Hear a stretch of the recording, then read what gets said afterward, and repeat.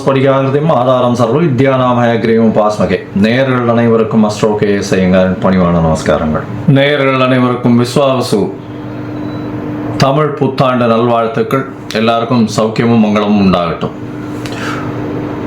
April 14, 2025 13, 4, 2026 வரணும் உண்டான காலகட்டத்தை தமிழ் வருஷ பரப்பு, தமிழ் வருடம் என்று சொல்கிறோம். அது தமிழ் மாதத்தின் மூலியமாக தமிழ் வருடம் விஸ்வாவசு வருஷம் பிறக்கிறது.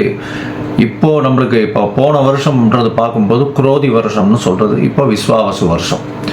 சரி, இந்த விஸ்வாவசு வருஷத்தில் என்னென்ன கிரகச்சாரங்கள், கிரக மாற்றங்கள் இருக்குது, இந்த வருஷம் பிறக்கும் பொழுது என்ன கிரக நிலைகள் இருக்குது, என்னென்ன கிரகங்கள் மாற்றங்கள் அமையிறது, பெரிய கிரகங்கள் வருட கிரகங்கள்னு சொல்லக்கூடிய சூரியன், அதாவது குரு, சனி, ராகு, கேது இவர்களுடைய மாற்றங்கள் என்ன, மாத கிரகங்கள்னு சொல்லக்கூடிய சூரியன், செவ்வாய், புதன், சுக்கிரன் இவா 4 பேரும் மாத கிரகங்கள்னு சொல்லக்கூடியது. சந்திரன் தினக்கோள், அதாவது 2.25 நாளைக்கு ஒரு ராசியிலிருந்து அடுத்த ராசிக்கு போகிறார்.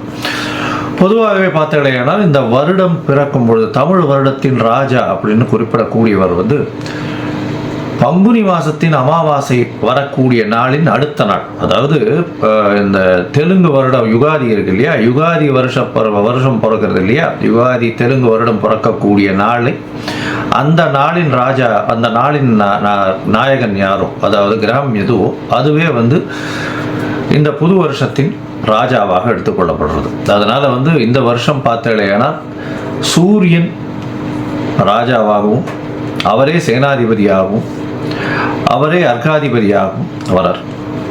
இதை தவிர பார்த்தேன்னா அதாவது சந்திரன் மந்திரியாக இருக்கார். அது எப்படி சந்திரன் வரார் அப்படின்னா, இந்த வருஷம் விஸ்வாவசு வருஷம் பிறக்கிறது இந்த திங்கட்கிழமை, அதனால் சந்திரன்.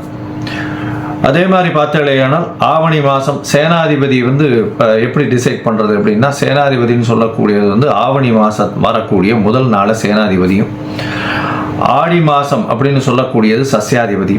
இதெல்லாம் எதுக்கு முக்கியம் அப்படின்னா, சஸ்யாதிபதி அப்படின்னா இந்த விளைச்சல் எப்படி இருக்கும் அப்படின்னு சொல்லக்கூடியது. சேனாதிபதியை எதுக்கு சொல்கிறோம் அப்படின்னா, இந்த இராணுவங்கள், அதை தவிர தளவாடங்கள், அதை தவிர நம்முடைய பாதுகாப்பு, இதை ஆளக்கூடியவர் யார் அப்படின்னா சூரியனாக இருப்பார் இந்த வருஷம். அதனால் என்ன ஆகும் அப்படின்னா, இந்தியாவினுடைய பொதுவாகவே இந்த லா அண்ட் ஆர்டர் ரொம்ப ஸ்ட்ராங்காக இருக்கும், மிகவும் கடுமையான சட்டங்கள் பாயக்கூடிய காலகட்டமாக இருக்கும். ஏன்னா சூரியனே ராஜாவாக இருக்கார். அதை தவிர வரிகள் கொஞ்சம் அதிகமாக இருக்கும், விலைவாசி கொஞ்சம் அதிகமாக போகக்கூடிய வாய்ப்புகள் நிச்சயமாக உண்டு. இதை தவிர பார்த்தாலேனால் இந்த செவ்வாய் உங்களுக்கு அதாவது இந்த வருஷம் தனாதிபதினு சொல்லக்கூடியவர் செவ்வாய். தனாதிபதி அதாவது தானியாதிபதினு சொல்லக்கூடியவர் செவ்வாய். தானியங்கள்லாம் விளைவிக்கிறதுக்கு செவ்வாய்ன்றதுனால நெருப்பின் மூலியமாக தானியங்கள் அதாவது லாஸ் ஆகக்கூடிய வகைகள் வாய்ப்புகள் மிகவும் அதிகமாகும். அதை தவிர தானியங்களுடைய ஸ்கேர்சிட்டி கொஞ்சம் அதிகமாக இருக்கும், அதாவது தானியங்கள் கிடைக்கிறதுல கம்மியாக இருக்கும். அதன் மூலியமாக விலைவாசிகள் ஏறக்கூடிய வாய்ப்புகள் மிகவும் அதிகம். தங்கம் விலை ஏறக்கூடிய வாய்ப்புகள் நிச்சயமாக உண்டு. தங்கம் அதிக உச்சம் தொடக்கூடிய வாய்ப்புகள் மிகவும் அதிகம் இந்த வருஷம் பார்த்தாலேயானால். இது ஏன்னா குரு பகவான் 3ஆம் இடத்துல போகிறார், அது அவருடைய வீட்டையே வேற 9ஆம் இடத்த பாக்கியஸ்தானத்தையும் பார்க்கிறார். அதனால் தங்கத்தின் விலை அதிகமாக போகக்கூடிய வாய்ப்புகள் நிச்சயமாக இருக்கும். அது தவிர பார்த்தேன்னா இந்த வருஷம் மழை கொஞ்சம் அதிகமாகவே இருக்கும். ஆனால் தேவையான அளவிற்கு மேல் பெய்யும், தேவையான இடத்தில் பெய்யாமல் போகும். தேவையான இடத்தில் பெய்யாமல் போகும்னா நகரங்களில் கொஞ்சம் அதிகமாக பெய்யக்கூடியதாக இருக்கும். இதன் மூலியமாக இந்த வெள்ளம் வர்றது, அந்த மாதிரியான பிரச்சனைகள் கொஞ்சம் அதிகமாகவே இருக்கும். அதனால் தண்ணீர் பற்றாக்குறை சற்று இருக்கக்கூடிய காலகட்டமாகவே அமையும். சரி, மொத்தத்தில் இந்த வருஷத்தில் பார்த்தேன்னா சூரியனுடைய கட்டுப்பாட்டில் எல்லா விஷயங்களும் வர்றதுனால நாட்டை ஆளக்கூடியவர்களுக்கு நல்ல ஒரு ஏற்றமான காலகட்டமாக இருக்கும். இருந்தாலும் கடுமையான சட்டங்கள் கொஞ்சம் அதிகமாக வரக்கூடிய வாய்ப்புகள் நிச்சயமாக உண்டு. சனியும் ஆட்சியில் போயிருக்கார். இந்த வாட்டி கும்பத்திலேயே போய் ஆட்சியில் இருக்கிறது, மூலத்திரிகோண வீட்டில் இருக்கிறதுனால தொழிலாளர்களுக்கு மிகவும் கடினமான காலகட்டமாக இந்த வருஷம் அமைய போகிறது. பண பற்றாக்குறை கொஞ்சம் அதிகமாகவே இருக்கும். தொழிலாளர்கள் மத்தியில் பண வரத்து அதிகமாக இருக்காது. ஃப்ரீ ஃப்ளோ ஆஃப் மணி இருக்கிறதுக்கு வாய்ப்புகள் மிகவும் கம்மி. வியாபாரிகளுக்கு சற்று பின்னடைவு இருக்கும். ஏன்னா இந்த வருஷம் பிறக்கும் பொழுதே வந்து புதன் 12ஆம் இடத்துல நீச்சப்பட்டு போகிறார். விரயங்கள் வியாபாரிகளுக்கு கொஞ்சம் அதிகமாகவே இருக்கும். லாசஸ் கொஞ்சம் அதிகமாக இருக்கக்கூடிய வாய்ப்புகள் நிச்சயமாக உண்டு. இருந்தாலும் நீச்ச பங்கம் அடைகிறார், அதாவது அதாவது விட்டு வெளியில் போகிறதுனால நல்ல ஏற்றங்கள் கிடைக்கக்கூடிய காலகட்டமாகவும் அமையும். வியாபாரத்தின் மூலியமாக இந்த ஷேர் மார்க்கெட் இண்டிசஸ்லாம் பார்த்தீங்கன்னா, ஷேர் மார்க்கெட் இண்டிசஸ்லாம் வந்து உள்நாட்டு உற்பத்தி வெளியில் போய் அது ஒரு பெரிய ஏற்றத்தை கொடுக்கும். இம்போர்ட் எக்ஸ்போர்ட் பிஸ்னஸ் ஒரு பெரிய மாற்றம், பெரிய உச்சத்தை தொடக்கூடிய வாய்ப்புகள் நிச்சயமாக உண்டு. மொத்தத்தில் பார்த்தோம்னா இந்த வருஷம் பெரிய ஏற்றம் நல்லபடியாக இருக்கும். பெண்களுக்கு மிகவும் ஏற்றமான வருஷம். பெண்கள் வந்து நல்ல எல்லா இடத்துலையும் வந்து ஒரு ஐகானிக் ப்ரெசன்டேஷன் இருப்பாங்க. ஏன்னா சுக்கிரன் வந்து உச்சம் பெற்று போயிருக்கக்கூடிய காலகட்டத்தில் இந்த வருஷம் பிறகுறது அது ஒரு பெரிய ஏற்றம். பரிவர்த்தனை யோகத்திலையும் பிறகுறது, அதாவது குருவின் பரிவர்த்தனையும் இருக்குது. அதனால் பணம், பெண்களின் கையில் பணம் வந்து ரொம்ப அதிகமாக இதுவாகும். அதாவது அதே மாதிரி இந்த களியாட்டங்கள்னு சொல்லக்கூடிய இந்த கிளாமர் இண்டஸ்ட்ரியில் கொஞ்சம் அதிகமாக செலவுகள் அதிகமாக இருக்கும். ஃப்ளாஷி இண்டஸ்ட்ரியில் கொஞ்சம் அதிகமாக இருக்கும். அது தவிர போதை வஸ்துக்கள், அது தவிர இந்த மதுபானங்கள் இதெல்லாம் வந்து அதிகமான விலை ஏறக்கூடிய, அதிகமாக கன்சியூம் பண்ணக்கூடிய வாய்ப்புகள் மிகவும் அதிகமாக இருக்கும். சரி, இந்த வருஷத்தினுடைய மாற்றங்கள் என்னென்ன அப்படின்றத பார்ப்போம். இந்த வருஷம் பிறக்கும் பொழுது பார்த்தோம்னா சூரியன், அதாவது சித்திர மாதம் அப்படின்றதுனால சூரியன் உச்சம் பெற்று மேஷத்தில் மேஷ ராசியில் இருக்க. காலபுருஷ தத்துவத்தின் 2ஆம் ராசியில் வந்து குரு, 4ஆம் ராசியில் அதாவது கடகத்தில் செவ்வாய் நீச்சப்பட்டும், கேது 6ஆம் இடத்திலும், சனி ஆட்சி மூல திரிகோணத்தோடு வந்து கும்பத்திலையும், அது தவிர ராகு, புதன், சுக்கிரன் இந்த 3 கிரகங்கள் வந்து மீனத்திலையும் இருக்கு. இந்த வருஷம் ஆரம்பிக்கும் பொழுது இந்த வருஷத்தின் வரக்கூடிய பெயர்ச்சிகள்னு பார்த்தோம்னா, முதல்ல வரக்கூடிய பெயர்ச்சி அப்படின்னா 26/4/2025 அன்னைக்கு ராகு கேது பெயர்றார். வாக்கிய பஞ்சாங்கம் பிரகாரம் ராகு பகவான் மீனத்திலிருந்து கும்பத்திலும், கேது கன்னியிலிருந்து சிம்மத்திலையும் வர. இந்த வருஷம் பார்த்தாலேயானால் குரு பெயர்ச்சி வருது. குரு 11/5/2025 குரு தன்னுடைய ரிஷப ராசியிலிருந்து மிதுன ராசிக்கு போகிறார். அதாவது அவர் வந்து பரிவர்த்தனை யோகத்தில் இருந்தார். ரிஷப ராசியிலிருந்து மிதுன ராசிக்கு போகிறார் குரு. இந்த வருஷத்தில் கடைசியில் மார்ச் 6ஆம் தேதி 2026ஆம் வருஷம் அப்போ வந்து சனியினுடைய மாற்றம் இருக்குது. சனி வாக்கிய பஞ்சாங்க பிரகாரம் 6/3/2026 அன்னைக்கு தான் வந்து மாறுறார். கும்பத்திலிருந்து மீனத்துக்கு போகிறார். இதுதான் இந்த வருஷத்தினுடைய வருட கிரகங்கள்னு சொல்லக்கூடிய குரு, ராகு, கேது, சனியினுடைய மாற்றங்கள். சரி, இந்த மாற்றங்கள் என்னென்ன ஏற்றங்களையும் இறக்கங்களையும் கொடுக்கும்? அதாவது மேஷம் முதல் மீனம் வரை உண்டான ராசிக்காரர்களுக்கு எப்படி இருக்கும் அப்படின்றத பார்க்கலாம். இது நடுவில் என்னுடைய மொபைல் நம்பர் ஸ்க்ராலிங்கில் வந்துட்டு இருக்கும். உங்களுக்கு அஸ்ட்ராலாஜிக்கல் கன்சல்ட் தேவைப்பட்டதுன்னா நீங்கள் எனக்கு ஃபோன் பண்ணுங்க. உங்களுக்கு உண்டான அப்பாயின்மெண்ட்டு தரேன். உங்களுடைய date, time, place of birth, உங்களுடைய பெயர், தாய் தகப்பனார் பெயர் அனுப்பிச்சி வைங்க. என்னுடைய கட்டணம் என்னென்னு போடுறேன். அதுக்கப்புறம் உங்களுக்கு அப்பாயின்மெண்ட் தரேன். உங்களுடைய அப்பாயின்மெண்ட்டை போடும்போது உங்களுடைய ஹாரஸ்கோப் போடுவோம். ஹாரஸ்கோப்பில் சந்தி இருக்கான்னு முதல்ல பார்க்கணும். ஏன்னா நட்சத்திர சந்தி, பாத சந்தி, அது தவிர லக்ன சந்தி இதெல்லாம் இருந்ததுன்னா இந்த காலகட்டத்தில் நன்னா இருக்குன்னு நினச்சின்னு இருப்போம். ஆனால் நன்னா இருக்காது.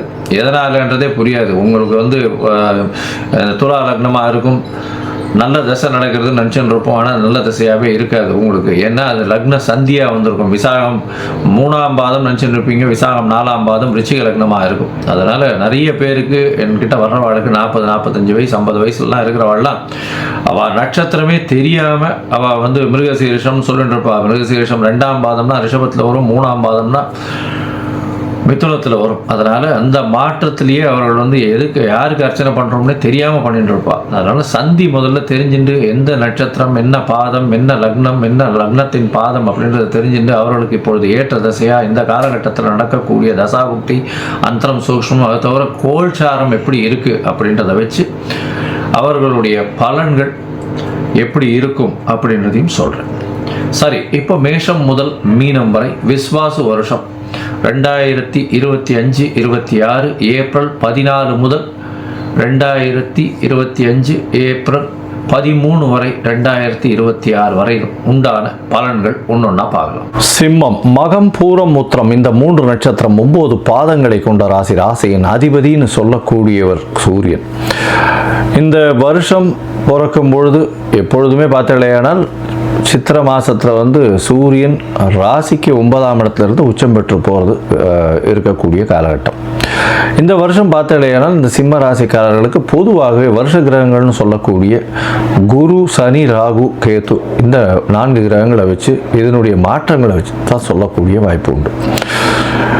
இந்த வருஷம் பார்த்தீங்கன்னா உங்களுடைய ராசிக்கு ராகு 8ஆம் இடத்துல இருந்தவர் 7ஆம் இடத்துக்கும் உங்களுடைய ராசியிலேயே கேத்துவும் வர்றார். இது எந்த அளவுக்கு விசேஷம்னு பார்த்தோம்னா உடல் நலத்தில் சற்று பின்னடைவு இருக்கும். ஏன்னா ராசியிலேயே கேத்து இருக்கிறதும் நல்ல சுவர்களுடைய பார்வை இல்லாதனாலையும் நிச்சயமாக உடல் நலத்தில் சற்று பின்னடைவு ஏற்படக்கூடிய வாய்ப்புகள் உண்டு. மன கிளேசங்கள் வரும். மைண்டில் ஸ்ட்ரெஸ்ஸு கொஞ்சம் அதிகமாக இருக்கக்கூடிய காலகட்டமாக அமைய போகிறது. இந்த வருஷம் பார்த்தீங்கன்னா உங்களுடைய ராசிக்கு சம சப்தமத்தில் சனி ஆட்சி பெற்று போயிருக்கார் கும்ப ராசியில். அதை தவிர சனி 7ஆம் இடத்தில் ராகுவோடு சேர்ந்து இருக்கக்கூடிய காலகட்டம். ராகு சேர்ந்து இருக்கிறதுனால நிச்சயமாக எதிர்பாலினத்தவர் மூலியமாக சிறு பிரச்சனைகள் வரக்கூடிய வாய்ப்பு கண்டிப்பாக வரும். எதிர்பாலினத்தவர் மூலியமாக நிச்சயமான பிரச்சனை வரும்.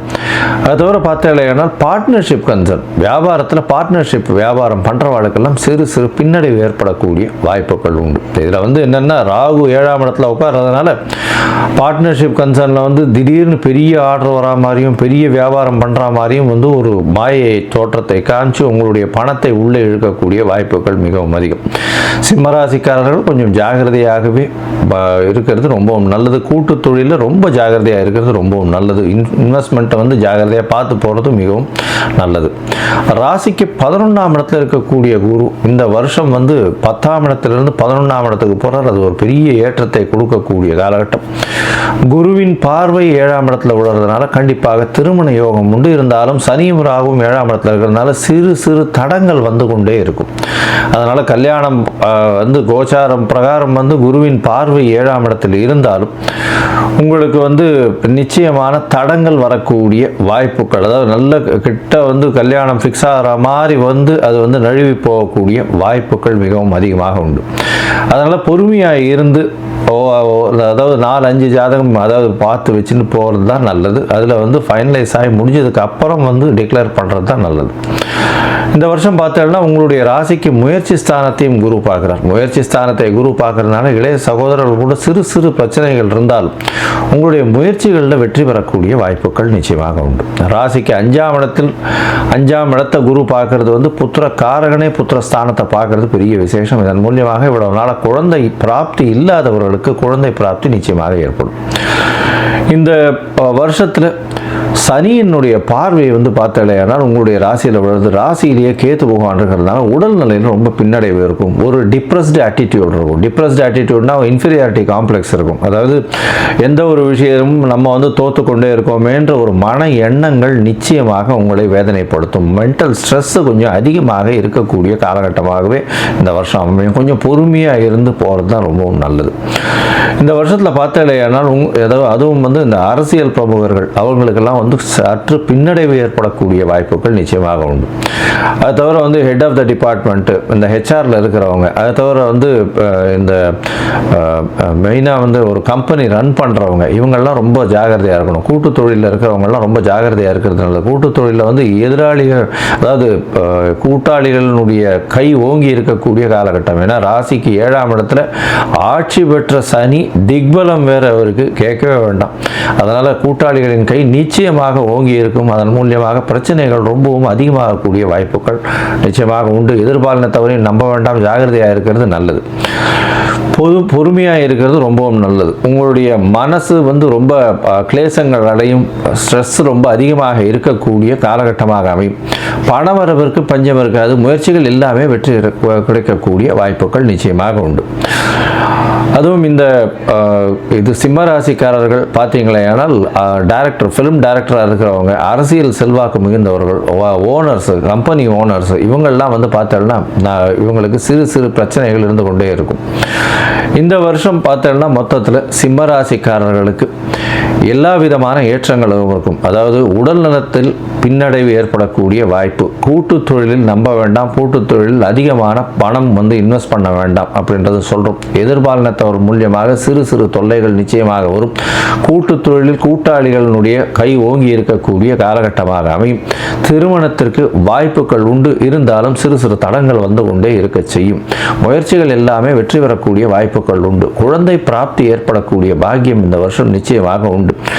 உங்களுக்கு இரண்டாவது திருமணத்துக்கு பார்த்து கொண்டிருந்தால் இரண்டாவது திருமணம் நிச்சயமாக நிறைவேறக்கூடிய வாய்ப்புகள் நிச்சயமாக உண்டு. மூத்த சகோதரர்களோட நல்ல ஒரு ஏற்றமான அந்யோன்யம் இருக்கக்கூடிய, நல்ல ஒரு அண்டர்ஸ்டாண்டிங் இருக்கக்கூடிய வாய்ப்புகள் நிச்சயமாக உண்டு.